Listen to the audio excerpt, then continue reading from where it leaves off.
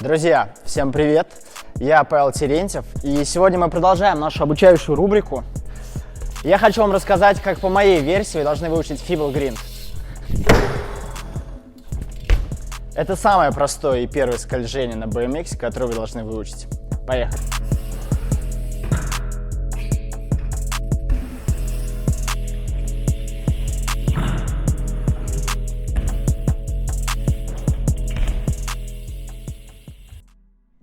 Друзья, действительно, Feeble Grind – это самое простое и самое первое скольжение на BMX, которое вы должны выучить. Теперь внимание, если вы вдруг катаетесь без пэг и в дальнейшем тоже планируете кататься без пэг, быть паркрайдером, то сейчас, даже сейчас, я настоятельно рекомендую вам поставить пэги и выучить как минимум 2 трюка с пэгами. Это Feeble Grind и это самая простая стойка Double Peg в квотерпайпе. На этот трюк тоже у нас будет отдельный выпуск через 2 ролика. В общем, поставьте пэги и выучите эти 2 трюка, потому что в дальнейшем вам будет гораздо проще учить трюки, даже не связанные со скольжениями. Вы просто, в принципе, расширите контроль над велосипедом. Теперь, чтобы понять, с какой стороны вам нужно поставить пэги, обратите внимание на то, какая нога у вас передняя, то бишь ведущая. Если ваша нога передняя левая, как у меня, то и пэги ставим с левой стороны, соответственно. И наоборот, если правая, то пэги ставим с правой стороны. Теперь я хочу вам рассказать 2 вещи, где вы должны учить Feeble. Первое. Желательно учить Feeble в скейт-парке, так как грани в скейт-парках выполнены из фанеры, и они, первое, лучше скользят и меньше наносят ущерб вашему велосипеду и, в частности, покрышке при скольжении. И второе, что вы должны знать по поводу выбора грани, постарайтесь по возможности найти грань, которая будет слегка выше, чем ваши пэги. Вот в этом случае, конкретно здесь и сейчас, где мы снимаем, это идеальная грань для учения Feeble. Это самые основные детали, а сейчас давайте двигаться к самому интересному, уже к обучению. Первое, что я хочу, чтобы вы сделали, это даже не сразу запрыгивать на Feeble, а просто, чтобы вы поставили велосипед на это скольжение. Чтобы вы поняли, как выполняется это скольжение и с помощью чего сохраняется баланс. Задняя пэга у нас на грани, переднее колесо буквально 10 сантиметров от угла грани. И оно, запомните, всегда смотрит вперед, находится как бы параллельно углу грани. Это очень важно. Далее, после этого просто залезьте на велосипед, чтобы понять, как находится положение тела в этом трюке. Для удобства поставьте переднюю ногу на грань, но в дальнейшем так не делайте, это некий чит, в общем, так в дальнейшем не делайте, это нехорошо. Задняя пэга у вас должна полностью прилегать к грани, вы это потом в дальнейшем будете чувствовать. И запомните, очень важно, руль всегда должен быть слегка повернут к задней ноге, потому что задняя часть вашего велосипеда смещена, и оно всегда должно смотреть вперед именно по грани, то есть быть параллельно углу грани. Баланс сохраняйте с помощью смещения плеч и коленей в нужную для вас сторону. А вес всегда смещен слегка вперед, потому что переднее колесо у вас приподнято. Тоже запомните это. В общем, сейчас на этом этапе просто поставьте велосипед и залезьте на него, и постойте, попрактикуйтесь. Я хочу, чтобы вы машинально запомнили, как все находится, как повернут руль, с помощью чего все происходит. Если вы сместите вес налево, то вас будет заваливать налево, но снимайте переднюю ногу. И наоборот, соответственно. В общем, практикуйтесь, это самое безопасное. Не стоит сразу запрыгивать на Feeble, просто постойте, подержите баланс. После того, как вы научились стоять на Feeble и запомнили положение тела и как сохраняется баланс в этом трюке, это очень важно, не перешагивайте. Вторым этапом вы должны научиться запрыгивать на Feeble. И здесь, ребят, существует 2 варианта.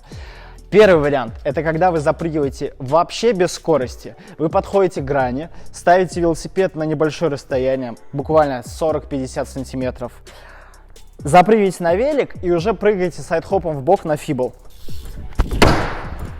Это первый вариант. А второй вариант, когда вы выполняете то же самое, только с небольшой скоростью. Следите, как вам удобнее. И тот вариант приемлем. Скорость должна быть очень небольшая, напомню.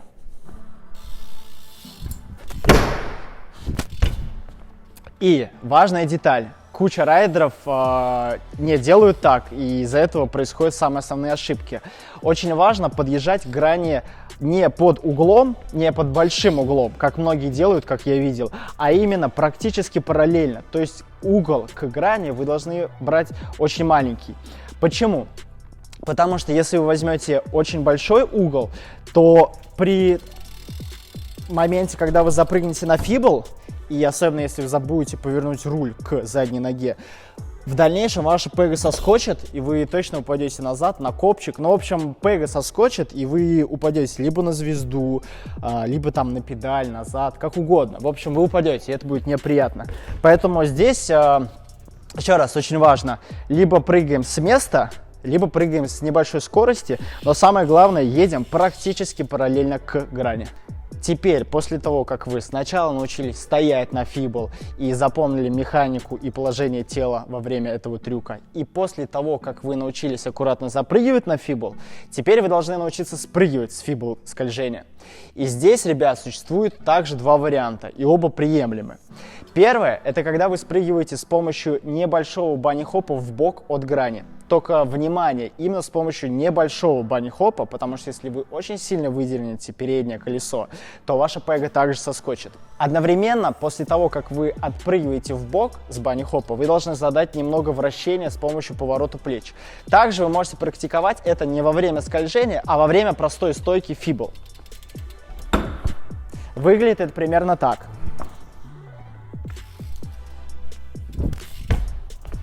Запомните, прыгайте, главное, от грани с помощью небольшого банни-хопа. Это вариант первый. А второй вариант, это когда вы скользите на фибл гринд, и когда ваша грань уже заканчивается, вы просто выдергиваете переднее колесо и соскальзываете с нее как бы через мануал.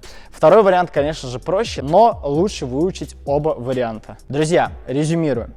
Сначала вы находите грань, которая будет удобная для изучения. Второе. Ставите пеги на нужную сторону. Потом вы ставите велосипед на фибл стойку и запоминаете положение тела и баланс, с помощью чего сохраняется баланс в этом трюке.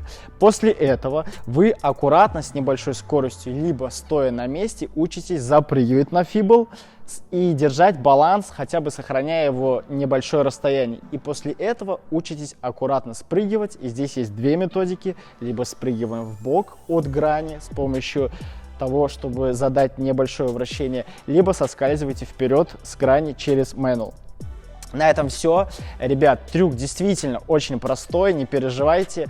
Если у вас будут какие-то проблемы с ним, то не стесняйтесь, пишите мне в Инстаграм. Иконочка вот здесь, ссылка внизу в описании. Вы можете скидывать мне видео в директ, я обязательно все видео посмотрю и обязательно помогу вам и отвечу на все сообщения. Поэтому практикуйтесь. Главное, выполняйте все в той же поэтапности, как и мы рассказали. И я думаю, не стоит добавлять, что вы обязательно должны уметь как минимум основную тройку трюков, банни-хоп, фейки, мануал, очень-очень хорошо. А в идеале вы должны уже уметь все трюки, которые были в прошлых моих обучающих роликах, чтобы делать все поэтапно. Друзья, на этом все. После этого трюка мы заканчиваем блок самых основных и простых трюков, которые вы должны выучить на плоскости, и мы плавно переходим к трюкам в скейт-парке. И в следующем выпуске, в пятницу, я расскажу вам, как сделать 180 в квотерпайпе или как вылетать в квотерпайпе или радиусе. Поэтому мы плавно переходим к скейт-парку. Подпишитесь на канал, поставьте лайк обязательно, кто этого не сделал. Поставьте колокольчик и обязательно расскажите всем своим друзьям про наш канал. И, естественно, если у вас что-то не получается в трюках, вы смело можете мне писать в Инстаграм. Ссылка здесь внизу, ссылка внизу в описании. Пишите и скидывайте свои ролики. Также подпишитесь на наш Инстаграм компании Moses Company, где мы выкладываем наши последние реализованные построенные скейт-парки. В общем, будьте с нами, будьте с нашими обучалками и обязательно катайтесь в защите. До скорых встреч, друзья!